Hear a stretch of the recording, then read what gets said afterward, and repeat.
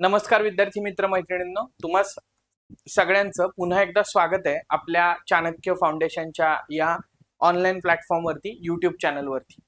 विद्यार्थी मित्र मैत्रिणींनो, आजच्या करंट क्लाउड्सच्या एपिसोडमध्ये आपण 20 ते 24 डिसेंबर 2025 या कालखंडामध्ये घडलेल्या ज्या घडामोडी आहेत तर त्याच्यावरती सविस्तर स्वरूपात चर्चा जी आहे तर ती करणार आहोत. करंट क्लाउड्स नावाची आपली चालू घडामोडीची सिरीज आहे आणि त्या सिरीजमध्ये आपण साधारणतः 3-4 दिवसाचं करंट अफेअर्स एकत्र कंपाईल करून डिस्कस करतोय.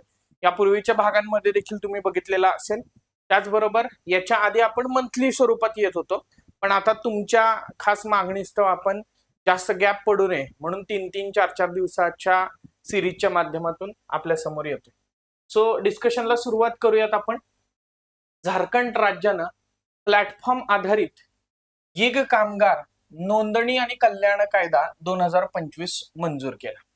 आता बेसिकली या ठिकाणी जे तुम्हाला दिसत आहेत हे सगळे तुम्हाला गिग वर्कर्स दिसतील. इथे जर बघितलं तर तुम्ही हे इन्स्टामार्ट असेल किंवा झोमॅटो असेल किंवा स्विगी असेल किंवा अमेझॉन फ्लिपकार्ट असेल अशा वेगवेगळ्या प्रकारच्या ऑनलाईन वेबसाईट ज्या आहेत तर त्या वेबसाईटचे डिलिव्हरी पार्टनर्स त्या ठिकाणी दिसत आहेत. गिग कामगार हे पर्टिक्युलरली आपण असं म्हणूयात की जे मोस्टली अनऑर्गनाइज सेक्टरमध्ये काम करतात, ज्यांना कुठल्याही प्रकारच्या सोशल सिक्युरिटी बेनिफिट्स म्हणजे सामाजिक सुरक्षा योजना नाही आहेत, ना पेन्शन आहे, ना त्या ठिकाणी फिक्स पे किंवा ना ते जर का ऍबसेंट राहिले तर त्यांना त्याच्या जागी पगार मिळणार, राईट. सो अशा प्रकारचे हे गिग वर्कर्स आहेत, यांच्याही काही समस्या आहेत. भारत सरकारनं मध्यंतरी त्या गिग कामगारांचा संप झालेला होता, तर तेव्हा असं सांगितलेलं होतं की या गिग कामगारांचं रजिस्ट्रेशन जे आहे तर ते आपल्या ई श्रम पोर्टलवरती करा आणि ई श्रम पोर्टलच्या माध्यमातून एकदा त्यांना तो लेबर नंबर त्या ठिकाणी मिळाला तर त्याच्यानंतर ज्या काही शासनाच्या एक्झिस्टिंग योजना आहेत तर त्या योजनांच्या माध्यमातून त्यांना काय करता येईल, त्यांना या सगळ्या सोशल सिक्युरिटी बेनिफिट्स जे आहेत तर ते देता येऊ शकेल. मागं महाराष्ट्रात देखील गिग कामगारांचा संप झालेला होता. आता 31 डिसेंबरच्या पार्श्वभूमीवरती पण गिग कामगारांनी संप करू नये यासाठी वेगवेगळ्या ऑफर्स ज्या आहेत तर त्या झोमॅटो स्विगीद्वारे देण्यात आलेल्या होत्या. सो आता इथं आपल्याला असं लक्षात येईल की कुठल्या तरी राज्यानं औपचारिकरित्या गिग कामगारांना सामाजिक सुरक्षा प्रदान करण्याच्या दृष्टिकोनातून कायदा संमत केलाय. सो इतर राज्यांनी केलेले कायदे आणि ऑलरेडी गिग कामगार हा आपला हॉट टॉपिक आहे, तर त्या कॉन्टेक्स्टमध्ये इथं प्रश्न विचारला जाऊ शकतो. सो बघा, राज्यपाल संतोष गंगवार आहेत झारखंडचे, तर त्यांनी प्लॅटफॉर्म आधारित गिग कामगार नोंदणी आणि कल्याण कायदा जो आहे तर तो मंजूर केला. सो आपल्याला थेट प्रश्न काय विचारला जाऊ शकतोय, प्लॅटफॉर्म आधारित गिग कामगार नोंदणी आणि कल्याण कायदा 2025 खालीलपैकी कोणत्या राज्याद्वारे मंजूर करण्यात आलेला आहे? बघा, हा कायदा काय करतोय, गिग आणि प्लॅटफॉर्म कामगारांसाठी औपचारिक कल्याण आणि सामाजिक सुरक्षा. म्हणून मी म्हंटल की औपचारिकरित्या त्यांच्यासाठी वेलफेअर स्कीम होती का? नाही. सोशल सिक्युरिटी होती का? नाही. म्हणजे whether it may be the health benefit, pension benefits असतील किंवा अदर बेनिफिट्स त्या ठिकाणी असतील तर ते. मग याच्यात बघा, डिलिव्हरी, वाहतूक तसंच मागणीनुसार सेवा देणारे कामगार या कायद्याच्या कक्षेत येत आहेत. Delivery partners Amazon, Flipkart, Instamart, Blinkit, Zomato, Swiggy, Zepto etcetera etcetera etcetera. वाहतूक, ओला, उबर असेल किंवा अजून वेगवेगळ्या प्रकारचे जे प्लॅटफॉर्म्स आहेत तर ते कामगार.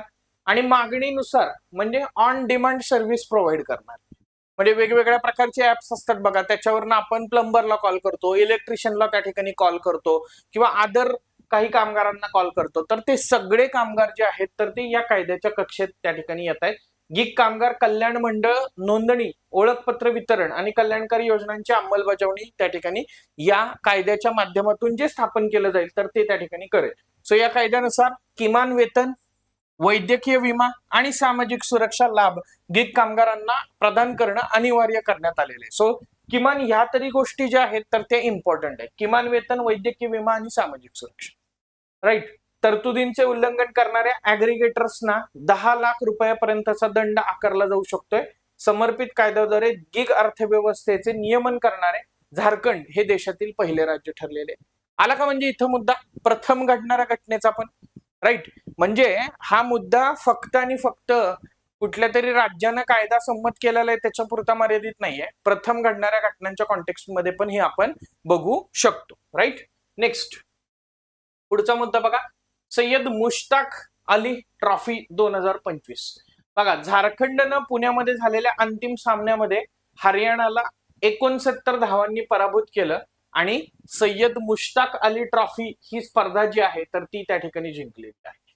सो याच्यामध्ये कर्णधार जो आहे ईशान किशन यानं 49 चेंडूमध्ये 101 धावा ज्या आहेत तर त्या केलेल्या आहेत. आपल्याला पहिला प्रश्न कसा विचारला जाऊ शकतोय, सय्यद मुश्ताक अली ट्रॉफी खालीलपैकी कशाशी संबंधित आहे, तर ती क्रिकेटशी संबंधित आहे हे लक्षात ठेवा. राईट. सो भारतातील T20 क्रिकेट स्पर्धा आहे बघा, डोमेस्टिक T20 क्रिकेट स्पर्धा आहे. आयोजन BCCI द्वारे याचं केलं जातं आणि माजी भारतीय कसोटी क्रिकेटपटू सय्यद मुश्ताक अली यांच्या नावाने ही ट्रॉफी देण्यात येते. राईट. नेक्स्ट, वंदे मातरम 150 वर्ष. आता इकडं PIB ला एक आर्टिकल आलेलं होतं आणि त्या PIB ला आलेल्या आर्टिकलच्या माध्यमातून मी वंदे मातरमला जी 150 वर्ष पूर्ण झालेली आहेत तर त्याच्याशी रिलेटेड काही हिस्ट्रीच्या फॅक्ट्स आहेत, काही करंटच्या फॅक्ट्स आहेत, तर त्या सगळ्या एकत्र केलेल्या आहेत. मला असं वाटतं की याच्यावरती एखादा तरी प्रश्न जो आहे तर तो विचारला जाऊ शकतो. राईट.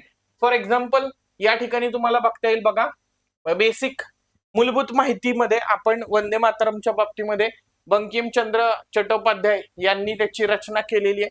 पहिल्यांदा प्रकाशन त्यांचं 7 नोव्हेंबर 1875 ला झालेलं होतं बंगदर्शन या नियतकालिकेमध्ये. वंदे मातरम बंगाली गीत आहे, त्याचा अर्थ होतो आई मी तुला वंदन करतो. 150 वर्षांचा टप्पा कधी ओलांडलेला आहे, एक्झॅक्टली 7 नोव्हेंबर 2025 ला काय झालेलं आहे, वंदे मातरमला 150 वर्ष कंप्लीट झालेली. सो ही डेट जी आहे तर ती आपल्याला विचारली जाऊ शकते, हे या ठिकाणी लक्षात घेण्याचा प्रयत्न करा. साहित्यिक पार्श्वभूमी बघा, सुरुवातीला स्वतंत्र काव्य रचना म्हणून हे अस्तित्वात होतं. 1882 मध्ये त्याचा आनंदमठ नावाची जी कादंबरी आहे तर त्याच्यामध्ये समावेश करण्यात आला. जसं मी उल्लेख केला आधी बंगदर्शन नावाच्या नियतकालिकेमध्ये प्रसिद्ध झालेलं होतं. मग ह्या फॅक्ट वरती हिस्ट्रीच्या कॉन्टेक्स्ट मध्ये प्रश्न विचारला जाऊ शकतो. हा प्रश्न करंट मध्ये नाही येणार, हा प्रश्न हिस्ट्री मध्ये येणार, पण तुम्हाला हा प्रश्न लिंक वंदे मातरमची 150 वर्ष या कॉन्टेक्स्ट मध्ये घेऊन जाणार. राईट. सो बघा, रवींद्रनाथ टागोर यांनी या गीताला संगीतबद्ध त्या ठिकाणी केलेलं आहे. स्वातंत्र्य लढ्यातल्या भूमिकेचा जर विचार केला तर 1896 ला कोलकाता काँग्रेस अधिवेशनामध्ये रवींद्रनाथ टागोर यांनी पहिल्यांदा हे गीत जे आहे तर ते गायलेलं होतं. सो याच्यावरनं पण मध्यंतरी वंदे मातरम वरती जेव्हा चर्चा झाली तर तेव्हा मोठा वाद जो आहे तर तो झालेला होता की पंतप्रधानांनी फक्त असा उल्लेख केला की एका अधिवेशनामध्ये हे गीत गायलेलं होतं पण काँग्रेसचं नाव घेतलं नाही. राईट. आणि त्याच्यावरून आपल्याला बऱ्याचसा डिबेट जो आहे तर तो झालेला दिसला. 7 ऑगस्ट 1905 ला वंदे मातरम पहिल्यांदाच राजकीय घोषवाक्य म्हणून त्याचा वापर करण्यात आला. बंगालच्या फाळणी आणि स्वदेशी चळवळीचं प्रमुख प्रतीक त्या ठिकाणी वंदे मातरम झालेलं होतं आणि त्याचमुळं मोठ्या प्रमाणामध्ये या गीताचा धसका जो आहे तर तो देखील ब्रिटिशांनी घेतलेला होता. ब्रिटिश सत्तेला विरोध म्हणून या गीताचा वापर जो आहे तर ते क्रांतिकारक असतील, शालेय विद्यार्थी असतील तर ते करत होते आणि मोठ्या प्रमाणामध्ये हे गीत गायलं म्हणून दडपशाही जी आहे तर ती देखील आपल्याला त्या कालखंडामध्ये झालेली दिसते. 1907 मध्ये मॅडम भिकाजी कामा यांनी परदेशामध्ये फडकवलेल्या तिरंग्यावरती वंदे मातरम असं त्या ठिकाणी लिहिलेलं होतं. 1909 ला मदनलाल धिंगरा यांना फाशीची शिक्षा प्रदान करण्यात आली. या फाशीच्या शिक्षे पूर्वी त्यांचे शेवटचे शब्द होते वंदे मातरम. म्हणजे इतकं स्फुल्लिंग पेटवण्याचं काम जे आहे तर ते वंदे मातरमनं भारताच्या स्वातंत्र्य चळवळीमध्ये केलेलं होतं आणि या वंदे मातरमला 150 वर्ष कंप्लीट होत आहेत. सो या अनुषंगाने ही गोष्ट जी आहे तर ती त्या ठिकाणी महत्वाची आहे. वंदे मातरम नावाचं दैनिक आणि मासिक देखील भारतात त्याचबरोबर परदेशात प्रकाशित होत होतं. त्याचबरोबर जे जहाल नेते त्या ठिकाणी आहेत आणि काही मवाळ नेते देखील. राईट. सो त्याच्यामध्ये लोकमान्य टिळक असतील, त्यानंतर गोपाळकृष्ण गोखले असतील, अरबिंदो असतील, तर यांच्यावरती देखील वंदे मातरमचा विशेष प्रभाव होता. आता जरा आपण स्वातंत्र्योत्तर कालखंडाकडे आलो तर 24 जानेवारी 1950 ला संविधान सभेचा निर्णय झाला की वंदे मातरमला राष्ट्रीय गीताचा दर्जा. आता राष्ट्रगीत आणि राष्ट्रीय गीत ह्याच्यामध्ये फरक लक्षात घ्या बरं का. राईट. सो जनगण मन हे आपलं भारताचं राष्ट्रगीत आहे आणि वंदे मातरम हे राष्ट्रीय गीत आहे, म्हणजे ते नॅशनल अँथम आहे. वंदे मातरम हे नॅशनल सॉन्ग त्या ठिकाणी आहे. राईट. सो याचं निवेदन जे आहे तर ते डॉक्टर राजेंद्र प्रसाद यांनी दिलेलं होतं. राईट. 150 वर्षानिमित्त इंदिरा गांधी स्टेडियम नवी दिल्ली या ठिकाणी याचा कार्यक्रम 7 नोव्हेंबरला पार पडला. या दिवशी वंदे मातरमच्या नावानं एक टपाल तिकीट आणि नाणं जे आहे तर ते देखील जारी करण्यात आलेलं होतं आणि याच्याविषयीचं प्रदर्शन देखील आयोजित करण्यात आलेलं होतं. तर 2026 मध्ये आपण वंदे मातरमची 150 वर्ष पूर्ती साजरी करतोय. तर त्या अनुषंगाने प्रश्न जे आहेत तर ते विचारले जाऊ शकतात. नेक्स्ट, विशेष शाळात दिशाची अंमलबजावणी अनिवार्य. बघा, राज्यामध्ये बौद्धिक दृष्ट्या अक्षम विद्यार्थी म्हणजे ऑटिस्टिक शिक्षणामध्ये गुणवत्ता आणि एकसमानता आणण्यासाठी दिव्यांग कल्याण विभागाने काय केलेलं आहे, दिशा नावाच्या विशेष अभ्यासक्रमाची प्रभावी अंमलबजावणी करण्याचा निर्णय अशा प्रकारच्या शाळांमध्ये त्या ठिकाणी घेतलेला आहे. त्यासाठी राज्यातील सर्व बौद्धिक अक्षम प्रवर्गाच्या विशेष शाळांमध्ये दिशा अभ्यासक्रम आणि मूल्यमापन प्रणाली राबवणं बंधनकारक करण्यात आलेलं आहे. सो इथं दिशा अभ्यासक्रम आणि मूल्यमापन प्रणाली ही कशाशी संबंधित आहे याच्यावरती प्रश्न विचारला जाऊ शकतो.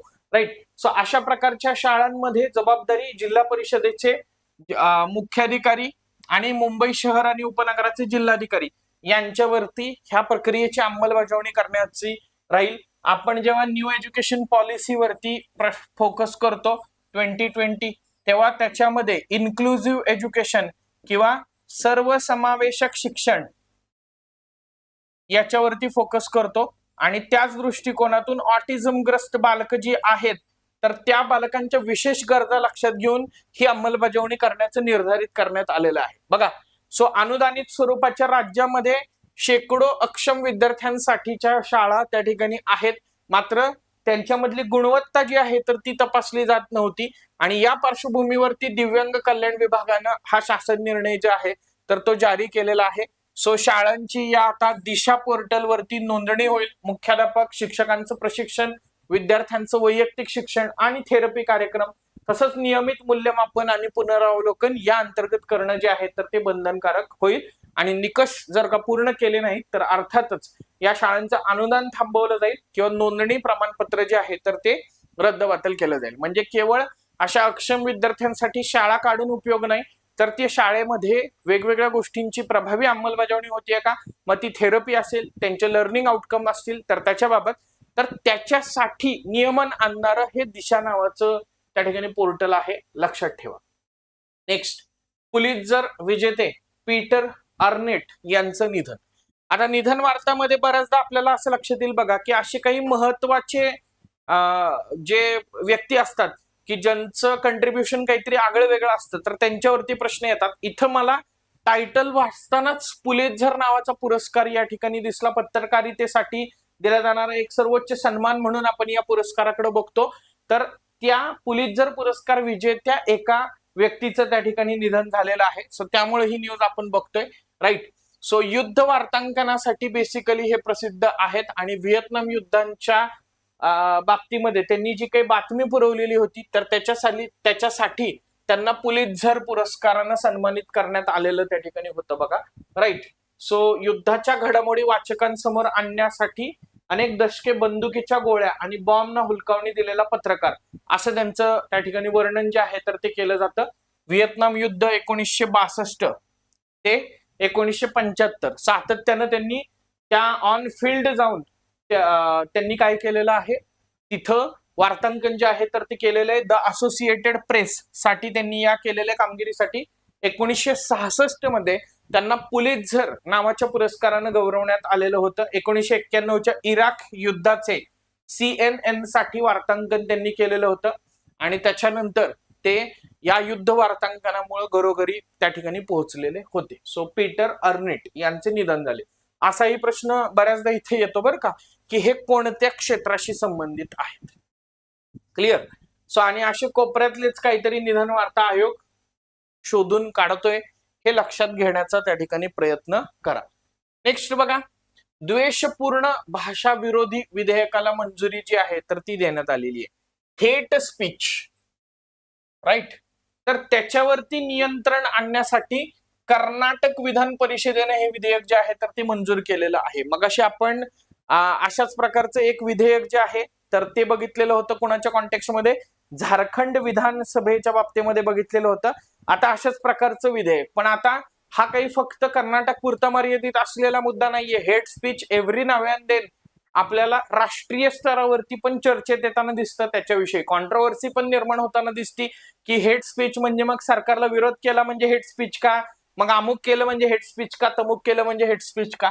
सो कर्नाटकनं द्वेषपूर्ण भाषण आणि द्वेषपूर्ण गुन्हे प्रतिबंधक विधेयक असं विधेयक जे आहे तर ते त्या ठिकाणी कर्नाटक राज्याचे गृहमंत्री जी परमेश्वर यांनी मांडलेलं आहे. द्वेषपूर्ण गुन्ह्यासाठी याच्या अंतर्गत 1 वर्षाचा तुरुंगवास आणि 50,000 रुपयाचा दंड अशी शिक्षा आणि ती 7 वर्षापर्यंत वाढवता येऊ शकते. काय? 1 वर्षाचा दंड, 1 वर्षाचा कारावास आणि 50,000 रुपये दंड आणि ती शिक्षा 7 वर्षापर्यंत वाढवता येऊ शकते. म्हणजे 1 वर्षे ते 7 वर्षे अशी याच्यासाठी शिक्षा आहे. आणि दंड जो आहे, वारंवार जर का असा गुन्हा जर घडत असेल तर हा दंड 1 लाख रुपयांपर्यंत देखील असू शकतो. म्हणजे रिपीटेडली जर का हा क्राईम घडत असेल तर त्याच्यासाठी आपण असं म्हणूया तुरुंगवास आणि त्याचबरोबर हे जे काही दंडद्रव्य आहे तर ते जास्त आहे. आता मग याच्यामध्ये द्वेषपूर्ण भाषण म्हणजे नेमकं काय? तर 267व्या कायदा आयोगाच्या अहवालानुसार, जो की 2017 साली प्रकाशित करण्यात आलेला होता, द्वेषयुक्त भाषण म्हणजे वंश, वांशिकता, लिंग, धर्म, लैंगिक प्रवृत्ती इत्यादींद्वारे आधारित गटांविरुद्ध द्वेष निर्माण करणारे शब्द किंवा कृती याला द्वेषयुक्त भाषण असं त्या ठिकाणी संबोधलं जातं. त्यात भीती निर्माण करण्यासाठी, हिंसाचार भडकवण्यासाठी किंवा द्वेष निर्माण करण्यासाठी वापरलेले, बोललेले किंवा लिहिलेले शब्द, चिन्ह किंवा दृश्य यांचा समावेश होतो. बघा, इथं बोललेलं पण आहे, लिहिलेलं पण आहे, शब्द पण आहेत, चिन्ह पण आहेत आणि दृश्य पण आहेत. आजकाल सोशल मीडियावरती अशा प्रकारचा कॉन्टेंट जो आहे तर तो खूप व्हायरल होतो आणि बऱ्याचदा 2 गटांमध्ये, 2 संप्रदायांमध्ये, 2 धर्मांमध्ये, वेगवेगळ्या जातींमध्ये तेढ निर्माण करण्याचा प्रयत्न जो आहे तर तो केला जातो. सो त्याला डिफाईन करण्याचा प्रयत्न जो आहे तर तो लॉ कमिशननं अशा प्रकारे केलेला आहे. जर आपण कॉन्स्टिट्यूशनल फ्रेमवर्क बघितलं तर आर्टिकल 19(1)(अ) जे अभिव्यक्ती स्वातंत्र्य सुनिश्चित करतं, मात्र आर्टिकल 19(2) जे आहे तर ते त्याला रास्त किंवा वाजवी मर्यादा प्रदान करण्याचा प्रयत्न करतं आणि त्याच्यामध्ये देशाचं सार्वभौमत्व असेल, सुरक्षा असेल, सार्वजनिक सुव्यवस्था असेल, नैतिकता असेल, प्रतिष्ठा असेल, परराष्ट्र संबंध यांचं संरक्षण करण्यासाठी आणि बदनामी, न्यायालयाचा अवमान किंवा गुन्ह्यांना उत्तेजन देण्यास प्रतिबंध करण्यासाठी त्याच्यावरती वाजवी मर्यादा अभिव्यक्ती स्वातंत्र्यावरती घालण्याची देखील परवानगी जी आहे तर ती याच्या अंतर्गत दिली जाताना आपल्याला दिसते. भारतातील द्वेषपूर्ण भाषणाशी संबंधित मग सुप्रीम कोर्टचे व्हर्डिक्ट कोणकोणते आहेत तर ते त्या ठिकाणी बघितले पाहिजेत आपल्याला. त्यातलं पहिलं आहे ते म्हणजे शाहीन अब्दुल्ला विरुद्ध भारतीय आणि इतर संघ 2022. सर्वोच्च न्यायालयानं द्वेषाचं वाढतं वातावरण पाहिलं आणि पोलिसांना औपचारिक तक्रारींची वाट न पाहता स्वतःहून कारवाई करण्याचे आदेश जे आहेत तर ते त्या ठिकाणी दिले. अशा प्रकारच्या हेट स्पीचच्या बाबतीमध्ये स्वतःहून कारवाई करण्याचे आदेश दिले म्हणजे काय केलं हो त्यांनी? सिओ मोटो ऍक्शन त्या ठिकाणी घ्यायला सांगितलेली आपल्याला दिसते. त्यानंतर बघा, तहसीन एस पुनावाला विरुद्ध भारतीय संघ 2018ची एक केस आहे. द्वेषपूर्ण भाषणामुळे होणाऱ्या जमावाच्या हिंसाचाराला तोंड देण्यासाठी सर्वोच्च न्यायालयानं आयपीसीच्या कलम 153 आणि 295(अ), आता ते तेव्हाच आयपीसी आत्ताचं बीएनएस आणि बीएनएचएस आहे बघा, राईट. तर बीएनएचएस म्हणतोय, मला ते एन्व्हायरमेंटचं बीएनएचएस आठवतं सारखं, Bombay natural history society, right. So या कलमांतर्गत मार्गदर्शक तत्व जाहीर आहेत ज्याच्यामुळे लिंचिंग, मॉब लिंचिंग, गोरक्षकांना रोखण्यासाठी जिल्हा नोडल अधिकारी नियुक्त करणं या गोष्टी ज्या आहेत तर त्या समाविष्ट आहेत. एस्पेशली आपल्याला असं लक्षात येईल की युपी मध्ये अशा प्रकारच्या घटना ज्या आहेत तर त्या मोठ्या प्रमाणावरती घडल्या, मॉब लिंचिंगच्या. राईट. प्रवासी भलाई संघटना विरुद्ध भारतीय संघ 2014, सर्वोच्च न्यायालयानं कायदा आयोगाला द्वेषयुक्त भाषणाची व्याख्या करण्याचा विचार करण्यास आणि निवडणूक आयोगाला ते रोखण्यासाठी सक्षम करण्यास मार्ग सुचवण्यास सांगितलेलं आपल्याला त्या ठिकाणी दिसतंय. आणि मग हा एक फेमस खटला आहे Shreya Singhal versus union of India 2015. So सर्वोच्च न्यायालयानं आयटी ऍक्टचं जे कलम आयटी ऍक्ट 2000चं कलम 66A आहे तर ते या ठिकाणी रद्द केलं. त्यांनी मान्य केलं की हा कायदा खूपच अस्पष्ट त्या ठिकाणी आहे आणि अभिव्यक्ती स्वातंत्र्याचं उल्लंघन हा कायदा जो आहे तर तो त्या ठिकाणी होताना दिसतं. राईट. सो ही महाराष्ट्रातली बरीच फेमस पालघरची त्या ठिकाणी तत्कालीन केस आहे. स्वर्गीय बाळासाहेब ठाकरे यांचं निधन झालेलं होतं तेव्हा ही कॉन्ट्रोवर्सी जी आहे तर ती झालेली होती. ती case Shreya Singhal versus union of India 2015 म्हणून त्या ठिकाणी प्रसिद्ध आहे. त्यानंतर बघा पुढचा मुद्दा आहे IBM स्किल बिल्ड. IBM न भारतामध्ये आर्टिफिशियल इंटेलिजन्स, सायबर सिक्युरिटी आणि क्वांटम कम्प्युटिंग या प्रगत तंत्रज्ञानाद्वारे सन 2030 पर्यंत 50 लाख विद्यार्थ्यांना प्रशिक्षित करण्याची घोषणा केली. आता याच्यामध्ये टार्गेट कधीचं आहे, किती विद्यार्थ्यांचं आहे आणि कोणाचं आहे IBM, तर त्याच्यावरती प्रश्न आपल्याला या ठिकाणी विचारला जाऊ शकणार आहे. राईट. IBM स्किल बिल्ड या कार्यक्रमांतर्गत हा उपक्रम जो आहे तर तो राबवला जाईल. राईट. सो ज्याचा उद्देश जो आहे तर तो भविष्यातील आव्हानांसाठी कुशल मनुष्यबळ तयार करणं. सो फ्युचर चॅलेंजेस जे आहेत तर त्या फ्युचर चॅलेंजेसच्या दृष्टिकोनातून कुशल मनुष्यबळ तयार करणं हा त्याच्या मागचा मुख्य उद्देश आपल्याला या ठिकाणी दिसेल. नेक्स्ट याच्यामध्ये बघा विद्यार्थी त्याचबरोबर प्रौढांना देखील डिजिटल प्रगत कौशल्य आणि रोजगाराच्या संधी उपलब्ध करून देणं हा याच्या मागचा मुख्य उद्देश आहे. IBM शाळा असतील, विद्यापीठ असतील, व्यावसायिक शिक्षण संस्था असतील तर याच्यामध्ये याचा विस्तार जो आहे तर तो याच्या अंतर्गत करेल. AI शिक्षण असेल, AI शिक्षण सक्षमीकरण असेल, त्यानंतर हॅकॅथॉन असतील, इंटर्नशिप असतील तर हे राबवण्यासाठी AICTE IBM ला काय करणार आहे, सहकार्य त्या ठिकाणी करणार आहे. त्यानंतर बघा अगेन मला असं वाटतंय की मोस्ट एक्सपेक्टेड किंवा आपण असं म्हणूयात की विचारला जाऊ शकतो प्रश्न असा मुद्दा आहे आणि तो म्हणजे इकडे मायकेला बेंथॉस अंतराळात जाणारी पहिली अर्धांग वायुग्रस्त व्यक्ती म्हणजे पॅरालाइज झालेली पहिली व्यक्ती जी अंतराळामध्ये त्या ठिकाणी पोहोचलेली आहे. इथं तुम्हाला दिसेल की व्हील चेअर से अंतरिक्ष तक जर्मनी की मायकेला बेंथॉस ने रचा इतिहास. सो व्हील चेअर वरून अंतराळात जाण्याची दुर्दम्य इच्छाशक्ती या व्यक्तीनं बाळगलेली त्या ठिकाणी आहे. जर्मन एरोस्पेस इंजिनियर आहेत बेसिकली या मायकेला बेंथॉस. सो अर्धांग वायुग्रस्त पहिल्या व्यक्ती आहेत ज्या अंतराळात गेलेल्या आहेत.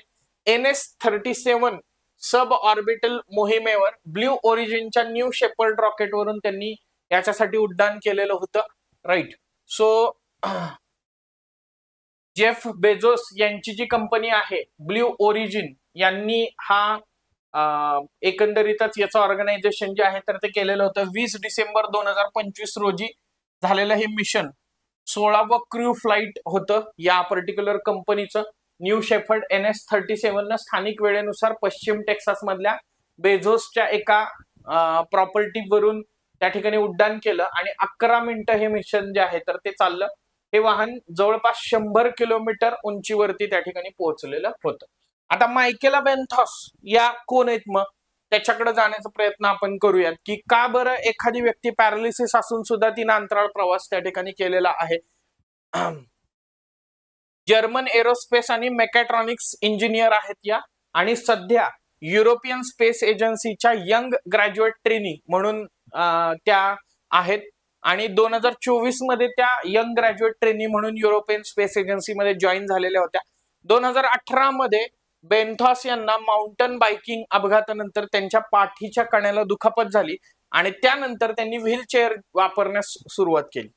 सो बेंथॉस यांना मानवी अंतराळ उड्डाणाशी संबंधित व्यापक अनुभव आहे. त्याचबरोबर वजनहीनतेचे अनुकरण करणाऱ्या पॅराबोलिक शून्य गुरुत्वाकर्षण म्हणजे झिरो ग्रॅव्हिटी वेटलेसनेस कंडिशन आहे, तर त्याचं ट्रेनिंग जे आहे तर ते पण त्यांनी घेतलेलं आहे. आणि पोलंड मधल्या व्हीलचेअर ऍक्सेसिबल ल्युनारेस रिसर्च स्टेशन मध्ये त्यांनी अॅनालॉग अंतराळवीर मोहिमेदरम्यान मिशन कमांडर म्हणून देखील काम त्या ठिकाणी केलेलं आहे. सो असं एकंदरीत त्यांचं कंट्रीब्युशन त्या ठिकाणी आहे आणि म्हणून त्या अंतराळामध्ये जाणाऱ्या पहिल्या अर्धांगवायूग्रस्त व्यक्ती झालेल्या आहेत. नेक्स्ट, जागतिक आरोग्य संघटनेच्या शिखर परिषदेत अश्वगंधा टपाल तिकिटाचे प्रकाशन. सो बघा, आपल्या घरात पण अश्वगंधाचा वापर जो आहे तर तो बऱ्याचदा त्या ठिकाणी झालेला असेल. औषधी गुणधर्म त्याचे असल्यामुळं बऱ्याचदा या अश्वगंधाचा वापर जो आहे तर तो आपण करतो, राईट. नवी दिल्ली या ठिकाणी दुसऱ्या क्रमांकाची जागतिक आरोग्य संघटनेची पारंपरिक औषध परिषद म्हणजेच ट्रॅडिशनल मेडिसिन वरती फोकस करणारी परिषद जी आहे तर ती पार पडली. याच्यामध्ये अश्वगंधा या भारतातील सुप्रसिद्ध असणाऱ्या औषधी वनस्पती पतीच्या स्मृतिचिन्हाचं टपाल तिकीट प्रकाशित जे आहे तर ते केलेलं त्या ठिकाणी दिसतं. सो आंतरराष्ट्रीय स्तरावरती आयुर्वेद, योग, युनानी सिद्ध, होमिओपॅथी यालाच आपण आयुष म्हणतो ना, तर या आयुष प्रणालींना प्रोत्साहन देण्याच्या भारतीय प्रयत्नांना बळकटी देण्याचा प्रयत्न जे आहे तर ते हे स्मृती टपाल तिकीट त्या ठिकाणी करणार आहे, राईट. सो पंतप्रधानांनी आयुष क्षेत्रासाठी एक मास्टर डिजिटल पोर्टल, मेरा आयुष इंटिग्रेटेड सर्व्हिस पोर्टल आणि अशा अनेक उपक्रमांचा शुभारंभ जो आहे तर तो या अंतर्गत केलेला आपल्याला दिसेल, राईट. सो जागतिक आरोग्य संघटना आणि भारत सरकारचं जे आयुष मंत्रालय तर त्यांच्या संयुक्त विद्यमानं 17 ते 19 डिसेंबर 2025 दरम्यान नवी दिल्लीमध्ये या परिषदेचं आयोजन जे आहे तर ते केलेलं होतं. संतुलन पुनर्संचयित करणे, आरोग्य आणि कल्याणाचे विज्ञान आणि सराव या थीम अंतर्गत याचं आयोजन जे आहे तर ते करण्यात आलेलं होतं. ही दुसरी परिषद होती, मात्र पहिली परिषद 17 ते 18 ऑगस्ट 2023 दरम्यान गुजरात मधल्या गांधीनगर या ठिकाणी पार पडलेली त्या ठिकाणी होती, राईट. सो अश्वगंधाचा जर आपण विचार केला तर विथानिया सोमनीफेरा ही एक प्रमुख औषधी वनस्पती आहे जी आपण शतकानुशतके आयुर्वेदामध्ये वापरतो. तणाव कमी करण्यासाठी, रोग प्रतिकार शक्ती वाढवण्यासाठी, चैतन्य वाढवण्यासाठी आणि एकूणच कल्याणासाठी ओव्हरऑल त्याचा वापर जो आहे तर तो केला जातो. ऍडॅप्टोजेन म्हणून ओळखल्या जाणाऱ्या अश्वगंधा शरीराला शारीरिक आणि मानसिक ताणतणावाचं व्यवस्थापन करण्यास त्या ठिकाणी मदत याच्या अंतर्गत होताना त्या ठिकाणी दिसते. सो हे एकंदरीत अश्वगंधाबद्दल आपण बघू शकतो. नेक्स्ट आहे बघा, ईस्ट बेंगॉल एफसीनं 2025 ची सॅफ महिला क्लब अजिंक्यपद स्पर्धा जी आहे तर ती त्या ठिकाणी जिंकलेली आहे. सो सॅफ स्पर्धेबद्दल बऱ्याचदा विचारलं जातं. साऊथ एशियन फुटबॉल फेडरेशनची जी स्पर्धा आहे महिलांची 20 डिसेंबर 2025 ला काठमांडू, नेपाळ या ठिकाणी झालेली आहे आणि तिथं बंगाल एफसीनं यजमान नेपाळ एफसीचा सशस्त्र पोलीस दल विरुद्ध 3-0 असा पराभव जो आहे तर तो केलेला आहे, राईट. याच्या आधी पण आयोगानं कंबाईनला वगैरे सॅफ बद्दल प्रश्न विचारलेले आहेत बघा.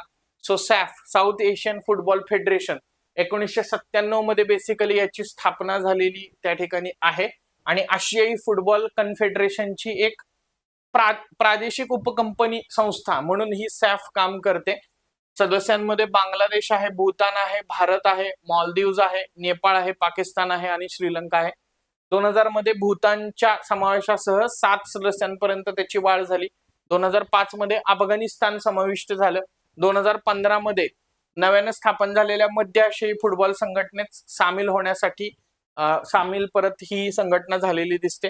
त्याचे पहिले अध्यक्ष 1907 ते 2001 पर्यंत भारताचे पी लक्ष्मणन त्या ठिकाणी होते. सो हेही लक्षात ठेवण्याचा प्रयत्न करा.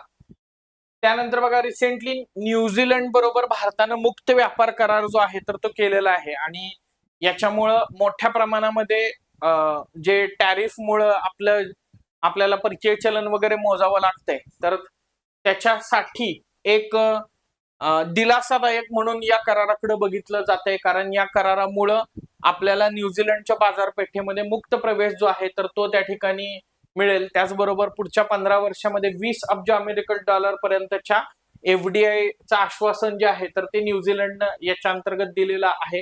राईट. सो पुढच्या 5 वर्षामध्ये दोन्ही देशांचा व्यापार जो आहे तर तो दुप्पट होऊन 5 अब्ज डॉलर पर्यंत पोहोचेल असंही त्याला म्हटलं गेलेलं आहे. सो याच्या संबंधीच्या वाटाघाटी ज्या आहेत तर त्या मार्च 2025 पासून सुरू झालेल्या होत्या. ऑस्ट्रेलिया आणि ब्रिटन नंतर 5 आयज गटातला न्यूझीलंड हा तिसरा देश आहे ज्याच्याशी भारतानं हा करार केलेला आहे. 5 आयज ही अशी संघटना आहे ज्याच्यावरती आयोगानं राज्यसेवा पूर्व परीक्षेला पण मागच्या वर्षी प्रश्न विचारलेला होता. आणि दुसरा महत्वाचा मुद्दा या ठिकाणी असा आहे की 5 आयज नावाची जी संघटना आहे तर त्यातले जे देश आहेत तर ते देश एकमेकांना त्यांची जी इंटेलिजन्स एजन्सी आहे तर त्यांची इन्फॉर्मेशन जी आहे तर ती शेअर करतात. राईट. सो न्यूझीलंडनं भारतीय कुशल व्यावसायिकांसाठी दरवर्षी 5,000 व्हिसा कोटा देण्याचा निर्णय जो आहे तर तो त्या ठिकाणी घेतलेला आहे आणि हे 3 वर्षापर्यंत त्या ठिकाणी असेल. राईट. सो यामध्ये आयुष तज्ञ, योग प्रशिक्षक, भारतीय शेफ, संगीत शिक्षक आणि अभियांत्रिकी, आरोग्य सेवा, IT, शिक्षण क्षेत्रातील व्यावसायिकांचा समावेश जो आहे तर तो त्या ठिकाणी असेल. त्यानंतर बघा आर्मी इन्स्टिट्यूट ऑफ टेक्नॉलॉजी जे आहे तर त्यांना अभियांत्रिकी शिक्षणातील सातत्यपूर्ण जे एक्सलन्स असेल, त्यांचं इनोव्हेशन असेल आणि जे राष्ट्रीय प्राधान्यक्रम आहेत तर त्याच्याशी सुसंगत केलेल्या कामासाठी इन्स्टिट्यूशन ऑफ इंजिनियर्स IEI यांच्याकडून इंजिनिअरिंग एज्युकेशन एक्सलन्स अवॉर्ड 2025 प्रदान करण्यात आलेला आपल्याला दिसतो. राईट. सो पश्चिम बंगालमधल्या दुर्गापूर इथल्या राष्ट्रीय तंत्रज्ञान संस्था इथं झालेल्या समारंभात हा अवॉर्ड जो आहे तर तो प्रदान करण्यात आला. आता पुन्हा एकदा एक गोष्ट लक्षात घेण्याचा प्रयत्न करा. अगेन मी असं सांगेन की टेक्नॉलॉजी जास्तीत जास्त डिफेन्स सेक्टर मध्ये यूज व्हावी आणि ऑपरेशन सिंदूर मध्ये तर आपल्याला त्या टेक्नॉलॉजीचं महत्व पुन्हा अधोरेखित झालेलं दिसतं. तर त्या अनुषंगानं म्हणजे त्या लेन्स मधनं हे अवॉर्डला बघा. अदरवाईज मी हा अवॉर्ड फोकस नसता केला.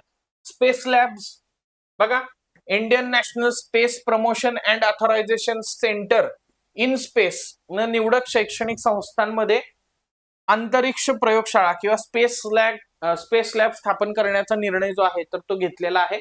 मग इंडियन वेगवेगळे हायर एज्युकेशन इन्स्टिट्यूट असतील किंवा युनिव्हर्सिटीज असतील तर तिथं प्रयोगशाळा बांधण्यात येतील आणि हा इनस्पेसचा पहिलाच असा उपक्रम आहे.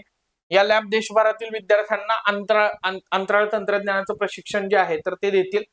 हा जो लॅब एस्टॅब्लिश करण्याचा प्रकल्प खर्च आहे तर इनस्पेस या प्रकल्प खर्चाच्या 75% निधी देईल जो प्रत्येक संस्थेसाठी 5 कोटी रुपयापर्यंत मर्यादित त्या ठिकाणी असेल आणि टप्प्याटप्प्यानं तो त्या ठिकाणी जारी केला जाईल. त्यानंतर बघा अगेन इम्पॉर्टंट आहे, शाळांच्या नावातून ग्लोबल किंवा इंटरनॅशनल बाद असं त्या ठिकाणी टायटल तुम्हाला दिसतंय.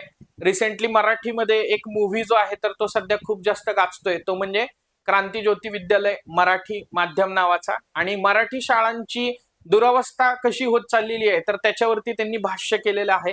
आणि यातला सर्वात महत्वाचा मुद्दा फक्त इंटरनॅशनल किंवा फक्त ग्लोबल झालं, फक्त इन्फ्रास्ट्रक्चर आलं म्हणजे खरोखर आपण शिक्षणाच्या बाबतीमध्ये गुणवत्ता टिकवली का हो तर असं अजिबात नाही. आणि त्यालाच धरून त्याच अनुषंगाने आपल्याला असं लक्षात येईल की राज्य मंडळाच्या अखत्यारीमध्ये शाळा प्रशासन शाळांच्या नावांमध्ये जर ग्लोबल, इंटरनॅशनल, CBSE अशा शब्दांचा वापर होत असेल आणि त्या माध्यमातून जर पालकांची दिशाभूल होत असेल तर हा प्रकार रोखण्यासाठी शिक्षण संचालनालयानं हे शब्द जे आहेत तर ते शाळांच्या नावांमधून वगळण्याचे निर्देश जे आहेत तर ते दिलेले त्या ठिकाणी दिसते. आणि असं जर का केलं नाही तर हे ज्या शाळा आहेत तर त्या शाळांवरती कारवाई करण्याचा देखील या आदेशामध्ये म्हटलेलं आहे. नावांमध्ये इंटरनॅशनल, ग्लोबल, CBSE किंवा इंग्लिश मीडियम अशा शब्दांचा वापर बऱ्याचदा केला जातो आणि आंतरराष्ट्रीय स्तरावरचे वेगवेगळे बोर्ड्स असतील किंवा केंद्रीय मंडळाशी संलग्न असल्याचा भासवलं त्या ठिकाणी जातं आणि त्या माध्यमातून मोठ्या प्रमाणामध्ये फीज ज्या आहेत तर त्या उकळल्या जातात. तर याच्यासाठी त्यांनी हा निर्णय जो आहे तर तो घेतलेला दिसतो. CBSE हे नाव केंद्र शासनानं स्थापन केलेलं परीक्षा मंडळाचं आहे त्यामुळे हा शब्द एखाद्या शाळेनं वापरणं हे चुकीचं आहे, सीबीएसई स्कूल अमुक XYZ सीबीएसई स्कूल, तर हे या संचालनालयानं जे आहे तर ते स्पष्ट केलेलं त्या ठिकाणी दिसतं. नेक्स्ट न्यूज आहे ती म्हणजे बघा, इम्रान खानला 17 वर्षांची शिक्षा त्या ठिकाणी तिथल्या न्यायालयानं सुनावलेली आहे. सो हा इतिहास आहे आपल्या शेजारी राष्ट्राचा, की राष्ट्राध्यक्ष जो आहे तर तो एकतर फरारी घोषित केला जातो, जसा परवेज मुशर्रफला केला, नाहीतर त्याचा खून केला जातो, नाहीतर त्याला अशा प्रकारची शिक्षा वेगवेगळ्या आरोपांअंतर्गत होती. म्हणून बऱ्याचदा आपण म्हणतो ना की पाकिस्तान किंवा India is surrounded by failed states, right. तर त्याचं मूर्तिमंत उदाहरण जे आहे तर ते आपल्याला पाकिस्तानच्या बाबतीमध्ये दिसते. नेक्स्ट, माजी अध्यक्ष बराक ओबामांना पसायदान प्रिय. सो ही न्यूज तर आपण सगळ्यांनी बघितली असेलच की बराक ओबामांच्या फेवरेट सॉंगच्या लिस्टमध्ये पसायदान त्या ठिकाणी आहे. सोशल मीडियावरती त्यांनी डिक्लेअर केलेलं होतं. सो गणव्या यांचं पसायदान त्या ठिकाणी त्यांना ऐकायला आवडतं, ते सॉंग ऐकायला आवडतं असं त्यांनी त्या ठिकाणी जाहीर केलेलं होतं. सो याच्यामध्ये गणव्या नेमक्या कोण आहेत, राईट. आता जे न देखे रवी ते देखे कवी, बरोबर ना. सो जे न देखे ऍस्पिरंट ते देखे एमपीएससी, अशी परिस्थिती आहे. त्यामुळे एमपीएससीनं चुकून जर का असा प्रश्न विचारला आंतरराष्ट्रीय घडामोडीतून तर आपल्याला असं वाटायला नको की अरे हे वाचायचं राहून गेलं. सो या भारतीय अमेरिकी गायिका आणि संगीतकार त्या ठिकाणी आहे गणव्या अय्यर दोराईस्वामी, त्यांचं पूर्ण नाव आहे. न्यूयॉर्कमध्ये त्यांचा जन्म झालेला आहे, पण बालपण जे आहे तर ते तमिळनाडूमध्ये गेलेलं आहे. बर्कले कॉलेज ऑफ म्युझिक आणि हॉवर्ड विद्यापीठातून संगीताचं त्यांनी उच्च शिक्षण घेतलेलं आहे आणि वारकरी संतांचे अभंग आणि कर्नाटकी शास्त्रीय संगीताचं शिक्षण देखील त्यांनी घेतलेलं आहे. नीलम या त्यांच्या 2025 मध्ये आलेल्या अल्बम मध्ये पसायदानचा समावेश करण्यात आलेला होता, राईट. जॅझ एम्बियंट शैलीमध्ये त्यांनी हे पसायदान जे आहे तर ते गायलेलं त्या ठिकाणी आहे, राईट.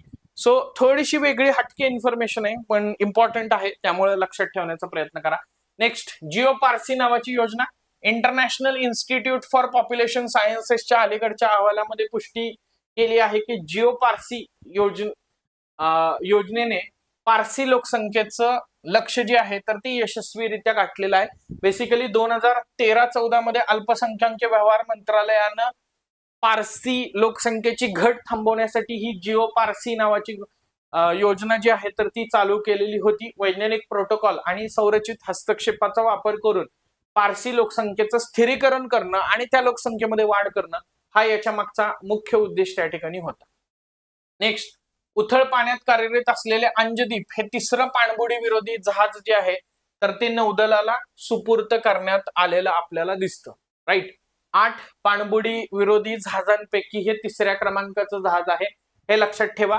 बाकी अंजदीप जे आहे तर ते INS अंजदीप 2003 मध्ये सेवा समाप्त केलेली होती, राईट. आणि त्याचंच रिवायवल आहे असं आपण त्या ठिकाणी म्हणू शकतो. बाकी बेसिक जी इन्फॉर्मेशन आहे तर त्याच्यामध्ये बघा, इकडे लांबी त्या जहाजाची आहे किंवा आत्मनिर्भर भारत संकल्पनेअंतर्गत 80% स्वदेशी बनावट आहे, हे बेसिक जस्ट एकदा गो थ्रू करा. भारतातील उच्च शिक्षणाचे आंतरराष्ट्रीयकरण यावरचा अहवाल. आता या अहवालाकडे जाण्याआधी लक्षात ठेवा, इंटरनॅशनलायझेशन ऑफ इंडियन एज्युकेशन हे आपल्याला नॅशनल एज्युकेशन पॉलिसी 2020चा भाग दिसतोय आणि त्याच्याच अनुषंगाने हा अहवाल आलेला आहे. अहवाल कुणी आणलेला आहे? नीती आयोगाने आणलेला आहे. आयोग वेगवेगळे ऑप्शन देईल. इंटरनॅशनलायझेशन ऑफ इंडियन एज्युकेशन किंवा भारतातील उच्च शिक्षणाचे आंतरराष्ट्रीयकरण हा अहवाल कोणी प्रकाशित केला, राईट. सो ते लक्षात घ्या. शक्यता, क्षमता आणि धोरणात्मक शिफारसी असं त्याचं पूर्ण रूप आहे. म्हणजे भारतातील उच्च शिक्षणाचे आंतरराष्ट्रीयकरण, शक्यता, क्षमता आणि धोरणात्मक शिफारसी. नीती आयोगाचे उपाध्यक्ष सुमन के बेरी यांनी हा अहवाल जो आहे तर तो प्रकाशित केला.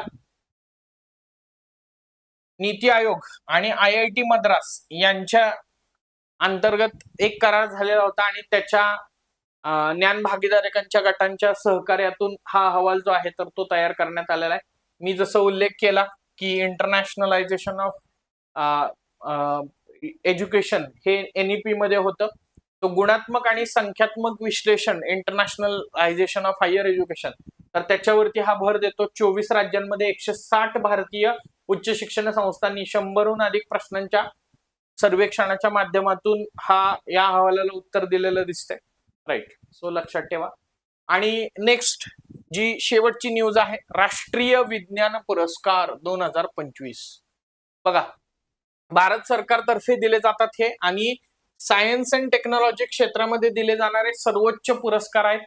याच्यामध्ये 24 वैयक्तिक पुरस्कार आणि 1 सांघिक पुरस्कार अशा स्वरूपाचा पुरस्कार त्या ठिकाणी आहे. बघा, उद्दिष्ट आहे विज्ञान तंत्रज्ञान आणि तंत्रज्ञान नेतृत्वाखालील जे इनोव्हेशन आहेत, नवोपक्रम आहेत, त्या विविध क्षेत्रातील शास्त्रज्ञ, तंत्रज्ञ आणि इनोव्हेटर्स यांना त्यांनी दिलेलं जे उत्कृष्ट योगदान आहे, तर त्याच्यासाठी त्यांना प्रोत्साहित करणं किंवा त्यांचा सन्मान करणं. राईट, याला राष्ट्रीय विज्ञान पुरस्कार म्हणून पण ओळखलं जातं. विज्ञान आणि तंत्रज्ञान मंत्रालयाच्या अंतर्गत जे CSIR आहे, council for scientific and industrial research, म्हणजेच वैद्यकीय आणि औद्योगिक संशोधन परिषद, त्यांच्यातर्फे हे प्रशासित केले जातात. 4 श्रेणीमध्ये बेसिकली हे पुरस्कार दिले जातात. पहिली श्रेणी आहे विज्ञान रत्न. विज्ञान तंत्रज्ञानाच्या क्षेत्रामध्ये आयुष्यभर ज्यांनी आजीवन योगदान दिलेलं आहे, तर त्यांच्या कार्याची दखल याच्या माध्यमातून घेतली जाते. भारत रत्न, तसं विज्ञान रत्न. त्यानंतर आहे विज्ञानश्री. विज्ञान आणि तंत्रज्ञानाच्या क्षेत्रात विशिष्ट योगदान आहे, तर त्याचा सन्मान. त्यानंतर आहे विज्ञान युवा शांती स्वरूप भटनगर पुरस्कार. विज्ञान आणि तंत्रज्ञानाच्या क्षेत्रात अपवादात्मक योगदान देणाऱ्या 45 वर्षापर्यंतच्या तरुण शास्त्रज्ञांना, हे महत्वाचं आहे. युवा म्हटल्यानंतर 45, युवा साहित्य अकादमी म्हटल्यानंतर तिथं अंडर 35, हे लक्षात घ्यायचं. राईट, आणि विज्ञान team. So science and technology मध्ये सांघिक स्वरूपात काम करून काही अचिव्हमेंट झाली असेल, तर त्यांना विज्ञान टीम या 4 श्रेणीमध्ये हा पुरस्कार दिला जातोय. 13 वेगवेगळ्या क्षेत्रांमध्ये हा पुरस्कार त्या ठिकाणी दिला जातोय. निवड समितीमध्ये राष्ट्रीय विज्ञान पुरस्कार समिती आहे. भारत सरकारचे प्रमुख वैज्ञानिक सल्लागार जे आहेत, यांच्या अध्यक्षतेखाली ही समिती असते, तर ती निवड करते. राईट, आणि भारताच्या राष्ट्रपतींद्वारे हा पुरस्कार प्रदान केला जातो. मग आता यात लक्षात घ्या, विज्ञान रत्न पुरस्कारांनी 2025च्या प्राध्यापक जयंत विष्णू नारळीकर यांना मरणोत्तर भौतिकशास्त्रासाठी प्रदान करण्यात आलेला दिसतो आपल्याला. त्यानंतर आहे विज्ञान श्री. 8 शास्त्रज्ञ त्या ठिकाणी आहेत वेगवेगळ्या क्षेत्रातले. विज्ञान युवा आहेत, आणि मग विज्ञान टीम CSIR आरोमा मिशन जे आहे कृषी विज्ञानासाठी, तर त्यांना प्रदान करण्यात आलेला आपल्याला दिसतोय. मला वाटते विज्ञान रत्न आणि विज्ञान टीम लक्षात ठेवा. बाकी एकदा फक्त गो थ्रू करा. अजून प्रश्न आला नाही, पण MPSCच्या ट्रेंडवर जर येणारच असेल, तर अगट बगट जोड्या लावाला व्यक्ती आणि त्याचबरोबर त्यांचं क्षेत्र असं येऊ शकतो, पण एवढा डिफिकल्ट येणार नाही असं मला वाटतं. राईट, पण मला वाटतं म्हणून MPSCला वाटेल याची गॅरंटी नाही, पण ऍटलिस्ट ह्या कॅटेगरी ज्या आहेत तर त्या तरी लक्षात ठेवा.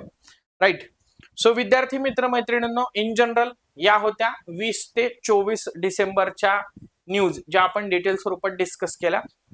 थंबनेल वरती 20 ते 23 डिसेंबर वगैरे होतं, पण स्टील आपण थोड्या पुढं त्या ठिकाणी डिस्कस करण्याचा प्रयत्न केला. बघा, आपण फक्त न्यूज डिस्कस करत नाही. काही जणांना काय वाटेल, अरे 3-4 दिवसासाठी आपण एवढा तासभर घालवायचा का, 1 तास घालवायचा का? तर न्यूज बरोबर प्रश्न कसा येऊ शकेल, याच्या आधी प्रश्न कसा आलेला होता, तर याही गोष्टी आपण डिस्कस करण्याचा प्रयत्न करतोय. मला असं वाटतंय की चालू घडामोडीवरती अभ्यास करत असताना, डिस्कशन करत असताना या गोष्टी देखील जास्त महत्वाच्या आहेत, की ज्या आपल्या अप्रोच त्या ठिकाणी बिल्ड करतात. आणि असं थोड्या थोड्या स्वरूपात परीक्षा नसताना जर का आपली तयारी झाली ना, तर परीक्षेच्या आधी रिव्हिजन स्वरूपात आपला कॉन्फिडन्स जो आहे तर तो बिल्ड होत जाईल. दुसरा महत्वाचा मुद्दा म्हणजे करंट अफेअर्स म्हटलं की फॅक्च्युअल डेटाचं भरणं आपण म्हणतो, आणि या फॅक्च्युअल डेटामुळं बऱ्याचदा आपल्याला ते लक्षात राहणं किंवा पाठांतर करणं जिकिरीचं जातं जेव्हा अंतिम टप्प्यात आपण तयारी करतो.